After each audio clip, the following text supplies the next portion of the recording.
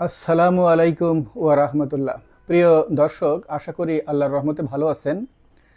আমরাও ভালো আছি। আমাদের ভ্যাট সেশনের স্বাগতম। আপনারা জানেন আমরা প্রত্যেকদিন ভ্যাটের একটা নতুন বিষয় নিয়ে আলোচনা করি। আজকেও একটা নতুন বিষয় নিয়ে আলোচনা করব। আশা করি আপনাদের ভালো লাগবে। আপনারা যারা ভ্যাটের সাথে আছেন তারা উপকৃত হবেন, খুশি হবেন আশা করি। কয়েকদিন আগে একজন দর্শক লিখেছিলেন যে ব্যবসায়ী এবং যোগানদার, ট্রেডার এবং যোগানদার এর মধ্যে বেসিক পার্থক্যটা কি, এর উপরে আলোচনা করতে। এই বিষয়টা খুব দরকার হয়, বিশেষ করে যারা উৎসে কর্তন করে, ভিডিএস এর সাথে যারা জড়িত, তাদের এই বিষয়টা দরকার হয়। এই বিষয়টা মাঠ পর্যায়ে একটু অস্পষ্ট, এই জন্যে এটা বুঝতে একটু সমস্যা হয়। ট্রেডারকে আর যোগানদারকে আজকে আমরা মূলত এই বিষয়টা নিয়ে আলোচনা করব যে ট্রেডার এবং যোগানদার এই দুটাকে কিভাবে পৃথক করতে হয়, মূলত যোগানদার কিভাবে চিনতে হয়। এটা হলো আজকের আমাদের আলোচনার বিষয়। যোগানদারের উপরে ভ্যাটের হার বর্তমানে 10%। যোগানদার যোগানদার কে, সেটা আজকে আমাদের মূল আলোচনার বিষয়। তো প্রিয় দর্শক, আমরা শুরু করি। আমাদের ভ্যাট সিস্টেমে মূল অ্যাক্টর মূলত, বা আমরা বলতে পারি নিবন্ধিত ব্যক্তি, আমরা বলতে পারি করদাতা, এরা হলো মূল অ্যাক্টর আমাদের ভ্যাট সিস্টেমে।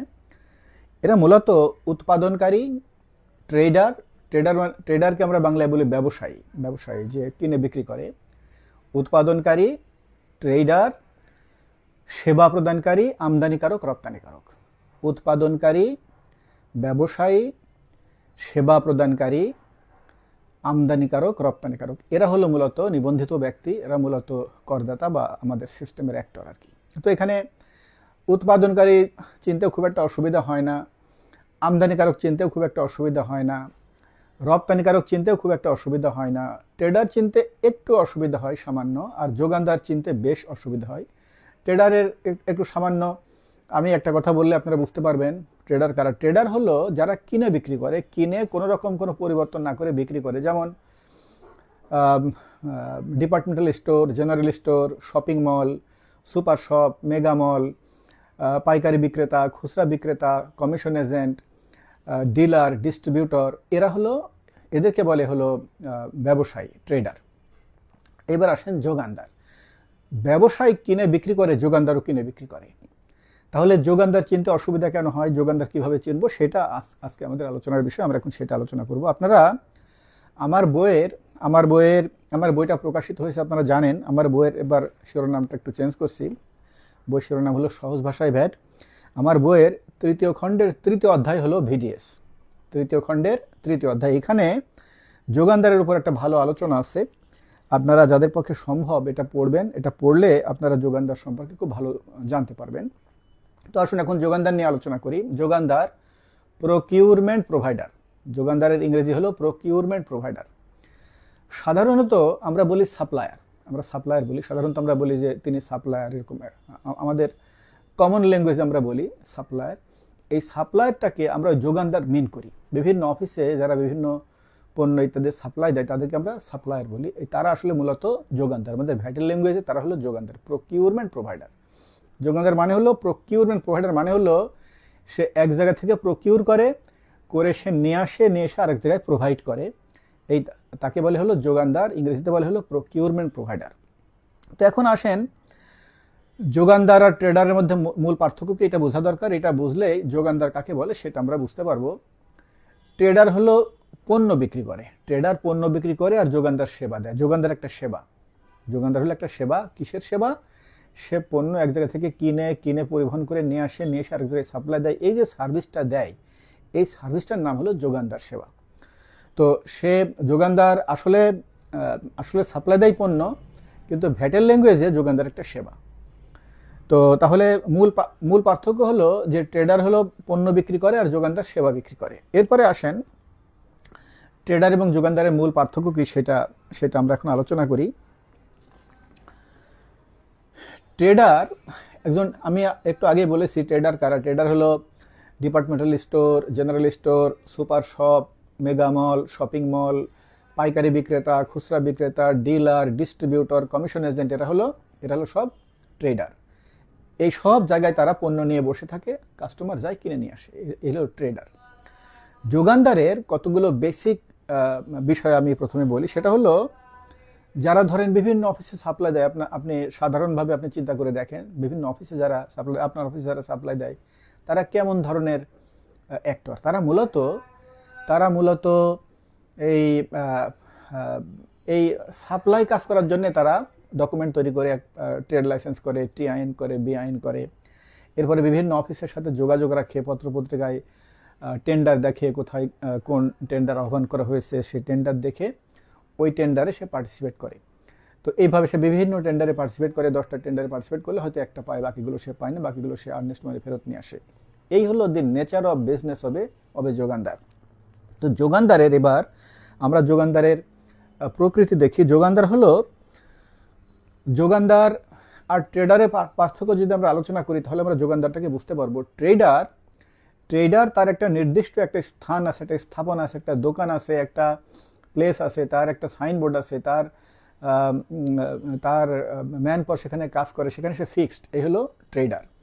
আর যোগানদার সাধারণত তার এস্টাবলিশমেন্ট থাকে না। সাধারণত যোগানদারের একটা ট্রেড লাইসেন্স থাকে, একটা টিন থাকে, একটা বিন থাকে, একটা ঠিকানা সে ইউজ করে। খুব বড় যোগানদার যখন হয়, যখন তার অনেক ডকুমেন্টেশন তৈরি করা দরকার হয়, তখন হয়তো তার একটা অফিস থাকে। তো সাধারণত যোগানদারের অফিস থাকে না, সে একটা ঠিকানা ইউজ করে এই ডকুমেন্টগুলো তৈরি করে। এরপরে সে বিভিন্ন টেন্ডারের এগেনস্টে সে টেন্ডার সাবমিট করতে থাকে। এরপরে সে যখন একটা পায়, তখন সে কিনে নিয়ে এসে সাপ্লাই দেয়। তাহলে প্রথম পার্থক্য হলো যে যোগানদারের কোনো এস্টাবলিশমেন্ট থাকে না, মানে সাধারণত থাকে না, বড় হলে থাকতে পারে, সাধারণত থাকে না। আর প্রত্যেকটা ট্রেডার, ছোট হোক বড় হোক, তার একটা এস্টাবলিশমেন্ট আছে, তার একটা দোকান আছে, তার একটা প্লেস আছে। এটা প্রথম পার্থক্য। দ্বিতীয় পার্থক্য হলো, একজন ট্রেডার তিনি পণ্য কিনে নিয়ে এসে তার জায়গায় মজুত করে রেখে দেন, তার দোকানে মজুত করে রাখেন, তার শপিং মলে মজুত করে রাখেন, সেখানে বিভিন্ন কাস্টমার আসে, কিনে নিয়ে যায়। যোগানদারের অপারেশন এরকম না। যোগানদার কিনে নিয়ে এসে মজুত করে রাখে না। যোগানদারকে বলা হয় যে যোগানদার, ট্রেডার হলো কিনে নিয়ে এসে বিক্রি করে, আর যোগানদার বিক্রি করে কিনে। ট্রেডার কিনে নিয়ে এসে বিক্রি করে, কিনে নিয়ে এসে মজুত করে রাখে, তারপরে বিক্রি করে। আর যোগানদার বিক্রি করে কিনে। তার অর্থ কি? তার অর্থ হলো, আগে যোগানদার টেন্ডারে পার্টিসিপেট করে, টেন্ডার যখন সে পায়, যখন সে কার্যাদেশ পায়, কার্যাদেশ পাওয়ার আগ পর্যন্ত সে কিনে না। কার্যাদেশ পাইলো মানে তার বিক্রয় কনফার্ম, এবার সে কিনতে যায়। হয়তো তার আগে সে ঠিক করে রাখে কোথা থেকে কিনবে, কার্যাদেশ পাওয়ার পরে সে কিনতে যায়। তাহলে এই হলো আরেকটা পার্থক্য, যে ট্রেডার কিনে নিয়ে এসে মজুত করে রাখে দোকানে, তার স্থানে, সেখান থেকে বিক্রি করে। আর যোগানদার কার্যাদেশ পাওয়ার পরে কিনে নিয়ে এসে সরাসরি সাপ্লাই দিয়ে দেয়, সে কোথাও মজুত করে রাখে না, এটা তার প্রয়োজন হয় না। এক্সেপশন থাকতে পারে, প্রয়োজন হয় না। তৃতীয়ত, ব্যবসায়ী যিনি ট্রেডার, তিনি সবার কাছে বিক্রি করেন, সব ধরনের ক্রেতার কাছে বিক্রি করেন। 1 পিসও বিক্রি করেন, 10 পিসও বিক্রি করেন, 1000 পিসও বিক্রি করেন। দোকানে যে আসতেছে তার কাছেই বিক্রি করতেছে। যোগানদারের বিজনেস অপারেশন এরকম না। যোগানদার, একটু আগেই বলেছি, ধরেন যোগানদার একটা টেন্ডারে পার্টিসিপেট করলো, একটা অফিস 100টা ল্যাপটপ কিনবে। তো এই টেন্ডারে পার্টিসিপেট করলো একজন যোগানদার, একজন উৎপাদনকারী, একজন ট্রেডার। তো যোগানদার এই টেন্ডারটা পেয়েছে। এখন যোগানদার কি করে? যোগানদার কার্যাদেশ পাওয়ার পরে সে মার্কেটে যাবে, আগেই তার ঠিক করা থাকে কোথা থেকে কিনবে। ঠিক 100টা ল্যাপটপ কিনে এনে এই অফিসকে দিয়ে দিবে। কমও কিনবে না, বেশিও কিনবে না, সে 1টা 2টা করেও সে বিক্রি করবে না। ঠিক এইভাবে সে একবারে কমপ্লিট 100টা কিনে আনবে এবং কিনে এনে ওই অফিসকে দিয়ে দিবে। তো এই হলো ট্রেডার এবং যোগানদারের মধ্যে আর একটা মূল পার্থক্য। আর একটা পার্থক্য হলো যে ব্যবসায়ী সব টেন্ডারে অংশগ্রহণ করে না। যোগানদার মোটামুটি সব টেন্ডারে অংশগ্রহণ করে। একজন ব্যবসায়ী, ধরেন একজন চাউলের ব্যবসায়ী, সে সাধারণত এই কোথাও চাউলের টেন্ডার হলে সে অংশগ্রহণ করে। চাউলের ব্যবসায় কখনো গাড়ির টেন্ডারে অংশগ্রহণ করে সাধারণত করে না, এক্সেপশন থাকতে পারে। যোগানদার সাধারণত সে সব টেন্ডারে অংশগ্রহণ করে, যেটা তার পক্ষে প্রোভাইড করা সম্ভব, যেটা সে কিনে দিতে পারবে। আজকে সে চাউলের টেন্ডারে অংশগ্রহণ করতেছে, কালকে সে গাড়ির টেন্ডারে অংশগ্রহণ করতেছে, পরশুদিন সে আরেকটা টেন্ডারে অংশগ্রহণ করতেছে, তারপর দিন আরেকটা টেন্ডারে অংশগ্রহণ করতেছে। যেখানে তার পক্ষে সম্ভব, তার আর্নেস্ট মানি দিতে পারবে বা কার্যাদেশ পেলে কুইক কালেকশন করে সংগ্রহ করে দিতে পারবে, সব টেন্ডারে অংশগ্রহণ করে। এটা হলো আরেকটা পার্থক্য। তাহলে আমরা এখন মূলত যেটা দেখলাম, আমার মনে হয় আপনারা বুঝতে পেরেছেন যে ট্রেডার এবং যোগানদারের মূল পার্থক্য কি। আশা করি আপনারা ধারণা পেয়েছেন যে যোগানদারের কাজের প্রক্রিয়াটা কি আর ট্রেডারের কাজের প্রক্রিয়াটা কি। ট্রেডার হলো পণ্য বিক্রেতা আর যোগানদার হলো সেবা বিক্রেতা।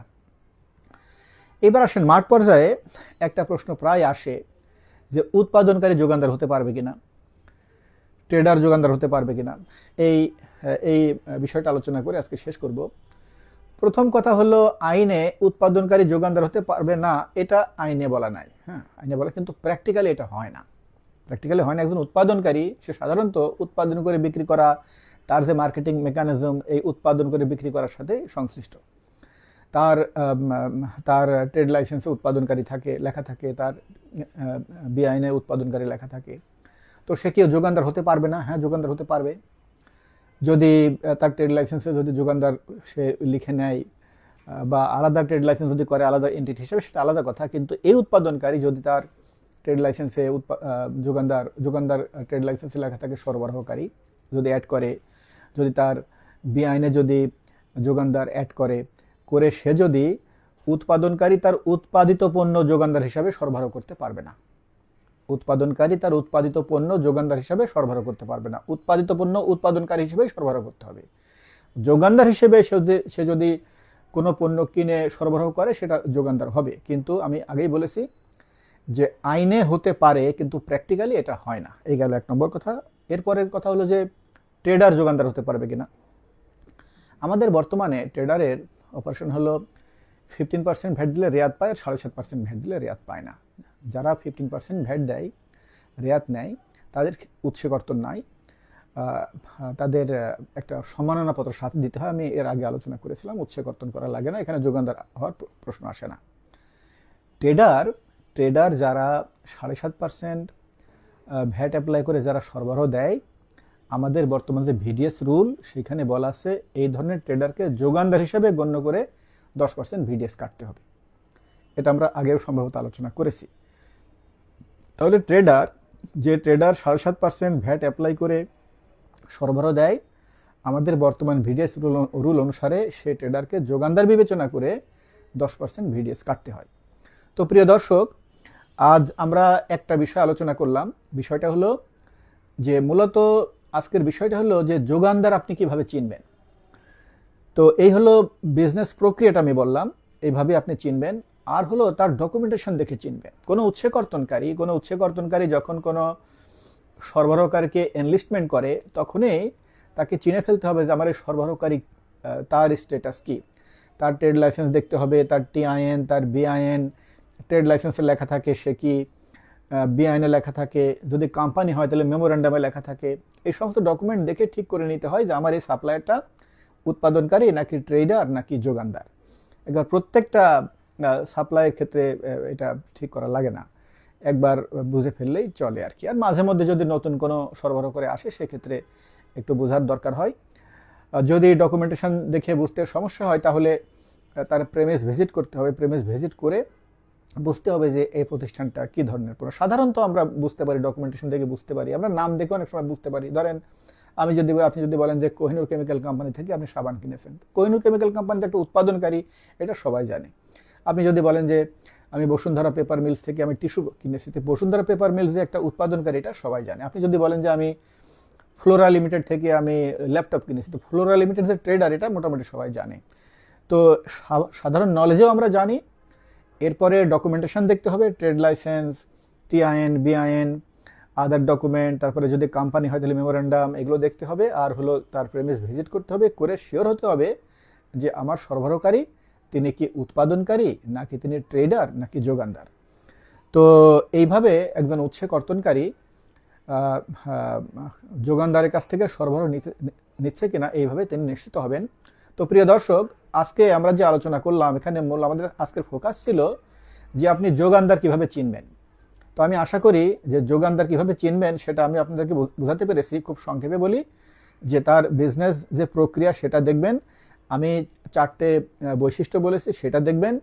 তার ডকুমেন্টেশন দেখবেন, trade licence, TIN, BIN, memorandum যদি কোম্পানি হয় দেখবেন। এরপরে প্রয়োজন হলে তার প্রেমিস ভিজিট করবেন, করে আপনি নিশ্চিত হবেন যে এই প্রতিষ্ঠানটা যোগানদার। তখন তার কাছ থেকে আপনি 10% ভিডিএস কাটবেন। তো প্রিয় দর্শক, আমাদের আজকের মতো আমরা এখানে শেষ করছি। আগামী দিনে আমরা কি আলোচনা করব আপনারা কমেন্ট করে জানাবেন, তাহলে আমাদের আলোচনা করতে সুবিধা হবে, আমরা বুঝতে পারবো যে দর্শকদের নেট কি। তো আগামী দিন আবার নতুন কোনো সাবজেক্ট নিয়ে দেখা হবে ইনশাল্লাহ। অনেক ধন্যবাদ। খোদা হাফেজ। আসসালামু আলাইকুম ওয়া রাহমাতুল্লাহ।